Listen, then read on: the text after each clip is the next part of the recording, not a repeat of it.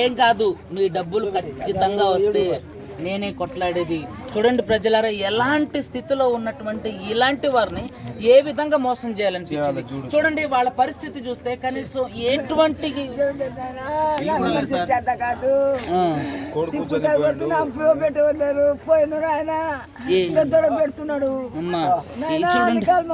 చూడండి ఇలాంటి వారిని మోసం చేసేది. దయచేసి మీరందరూ కూడా కనువిప్పుతో ఆలోచించండి ప్రజలారా. ఇలాంటి వారిని మీరు మోసం చేసి ఎన్ని రోజులు మీరు రాజభవన్ ఇలాంటి ఇళ్లలో ఉంటారు ఖరీదే. దయచేసి ప్రజలారా మీరందరూ గమనించండి. ఖచ్చితంగా మంగ్లీ చేస్తున్నటువంటి ఆరోపణలన్నింటినీ ఖండించండి. ఆవిడని పట్టుకుంటే కసలైన దొంగలందరూ బయటకు వస్తారు. డబ్బులన్నీ కూడా ఆవిడ దగ్గరే ఉన్నాయని చెప్పేసి వీళ్ళందరూ ఆరోపిస్తున్నారు.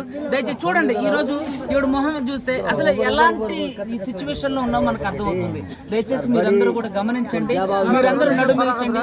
ప్రభుత్వాన్ని నేను ఒకటే కోరుకుంటున్నా, ఖచ్చితంగా వీరికి న్యాయం చేయాలి.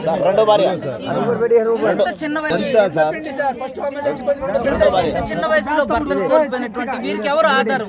దయచేసి నేను ప్రభుత్వాన్ని నేను ఒకటే విన్నవించుకుంటున్నా, ఏదైనా స్వతంత్ర ప్రతిపత్తి కలిగినటువంటి ఏజెన్సీలకి కేసు అప్పగించినప్పుడు మాత్రం న్యాయం జరుగుతుంది. తప్పకుండా వీళ్ళందరికీ న్యాయం జరగడానికి ప్రజలందరూ కూడా ముగ్ధ కంఠంతో మీరందరూ కూడా ముందుకు రావాలి. అదే విధంగా మీ వాయిస్ ను వినిపించాలి.